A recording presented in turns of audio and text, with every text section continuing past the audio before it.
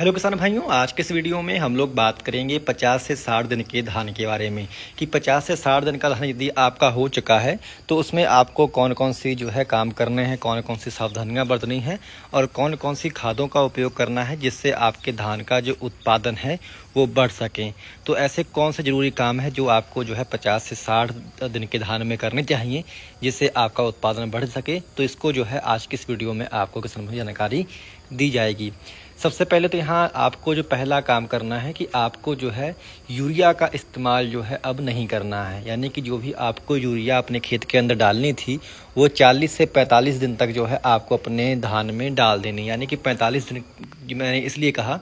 जो आपकी ज़्यादा समय लेती हैं, तकरीबन 150 दिन लेती हैं वैरायटियाँ, उनमें आप 45 से 46 दिन तक जो है जा सकते हैं। परंतु जैसे कि आपका PR 26 वैरायटी है, ऐसी यदि आपकी कम दिनों वाली वैरायटी यानी कि तकरीबन 130 दिन के भीतर पक जाती है यदि, तो उसमें जो है आप 35 से लेकर के 40 दिन तक जो है अपनी यूरिया को आखिरी वाली को कंप्लीट कर दें। यदि आप इसके बाद भी जो है यूरिया का उपयोग कर देंगे तो इससे होता क्या है कि आपका पौधा जो है अपनी जो वनस्पतिक बढ़वार है वही लेता रहता है, यानी कि अपना जो वेजिटेटिव ग्रोथ है उसको जारी रखता है, जिससे आपकी जो पौधे की रिप्रोडक्टिव ग्रोथ होती है, यानी कि पौधे की जो दाने बनने की क्रिया होती है, दाने बनने की जो क्षमता होती है वो कम हो जाती है, उसमें पत्ता नहीं बनेगा, जिससे आगे चल के जो है आपका धान जो दिखेगा तो हरा भरा, परंतु उसमें बालियाँ छोटी आएंगी और जिससे आपका जो फसल है ये थोड़ा समय भी जो है पकने में ज़्यादा ले लेती है। तो आपको ये ध्यान रखना है कि आपको आखिरी यूरिया जो है 40 दिन के भीतर अपने खेतों के अंदर डाल देनी है। परंतु यदि किसी किसान का धान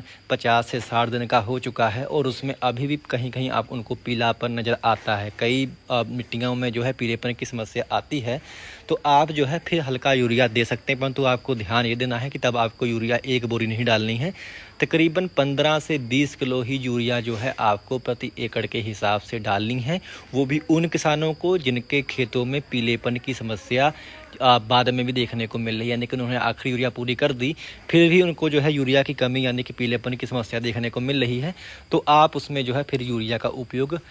थोड़ा मात्रा में जो है कर सकते हैं। इसके साथ साथ अब सबसे जो ज़रूरी तत्व होता है उसको आपको अपने खेत के अंदर डालना है जिससे आपका उत्पादन बढ़ता है, यानी कि हम लोग यहाँ बात करेंगे पोटाश के बारे में, क्योंकि पोटाश ही एक ऐसा तत्व है जो कि आपको तकरीबन यदि आपका धान 60 दिन के भीतर का हो चुका है तो आपको अपने खेत में इसका उपयोग कर लेना है, क्योंकि यही जो आपका जो पोटाश होता है यही जो आपका जो पूरा भोजन बना होता है पौधे के अंदर, इसको बालियों तक लेके जाने का जो कार्य है वो पोटाश ही करता है। तो आप समझ गए होंगे यदि पोटाश की कमी आपके खेत में हो जाएगी तो आपका जो भोजन जो पौधे ने बनाया है 2 महीने में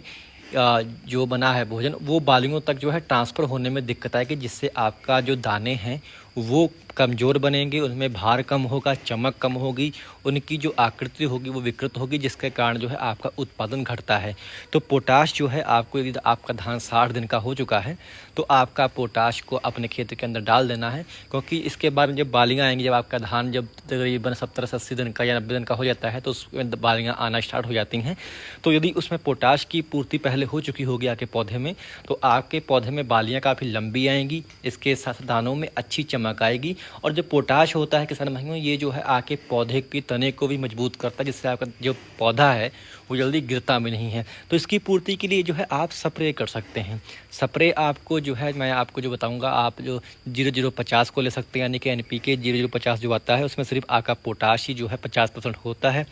इसके सिवा उसमें नाइट्रोजन नहीं होती है और फास्फोरस नहीं होता है, जो कि इस समय जरूरी नहीं होता है।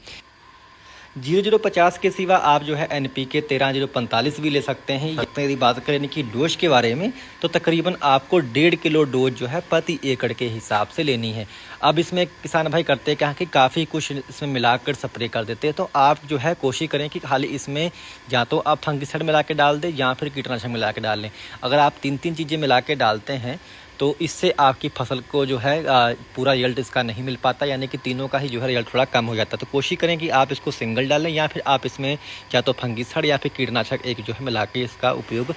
कर सकते हैं। और कोशिश करें कि आप इसमें एक फंगीसाइड लगा दें, क्योंकि इस समय यदि आप फंगीसाइड डाल देंगे तो इससे आगे चल के जो आपका शीट ब्लाइट वगैरह है ये भी जो है जल्दी नहीं आएगा, पौधे को जो है फंगस नहीं पकड़ेगी, जिससे उसका मजबूत तना जो है बना रहेगा, जिससे आगे चल के आपकी फसल जो है गिरेगी भी नहीं। तो आप फंगीसाइड और साथ में जो है आप 13-045 या फिर 05234 या फिर आप जो है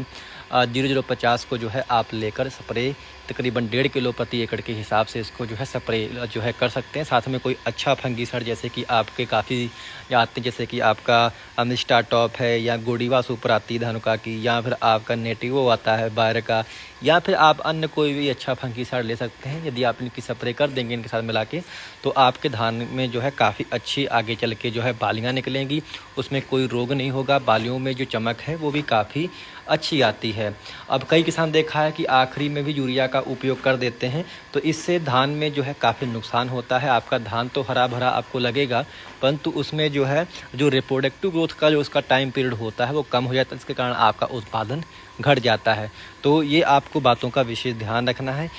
इसके सिवा यदि आप स्प्रे करने में कोई आपको दिक्कत है तो आप जो है MOP का भी उपयोग कर सकते हैं, यानी कि जो म्यूरेट और पोटाश है इसका भी उपयोग कर सकते हैं, जिसके तकरीबन 60% जो है पोटाश की मात्रा होती है। तो तकरीबन इसको भी जो है 15 से लेकर के 20 किलो प्रति एकड़ के हिसाब से आप इसका भी बुरकाव अपने खेत में कर सकते हैं। इससे भी आपके खेत में जो पोटाश की पूर्ति है किसान भाइयों वो हो जाती है। तो ये थी कुछ चीज़ें जिनका यदि आप ध्यान रखेंगे तो आप जो है धान का इस साल अच्छा उत्पादन ले सकते हैं। तो उम्मीद करता हूँ जानकारी आपको अच्छी लगी होगी, जानकारी आपको पसंद आई हो तो कृपया हमारे चैनल को आप लोग सब्सक्राइब करना मत भूलिएगा। धन्यवाद।